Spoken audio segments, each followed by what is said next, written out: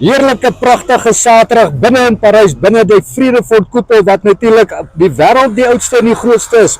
Ons het regtig prestasies. Hartlik goeiemôre Karina. Goeiemôre Sakkie, goeiemôre luisteraars en kykers. En kykers, welkom hier in Parys. Jy bly in die koepel, het jy dit geweet? Ek het dit geweet.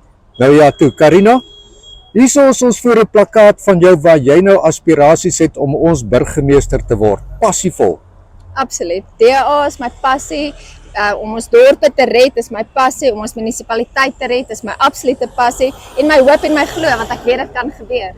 En dis hoekom ek my hand opgesteek het met die verantwoordelikheid en die nederigheid daarmee saam om te besef, kom ons pak dit saam, want kom ondersteun my, kom ondersteun die DA, laat ons dorp en ons munisipaliteit red want dit kan gebeur. Dit kan gebeur. Dit kan gebeur.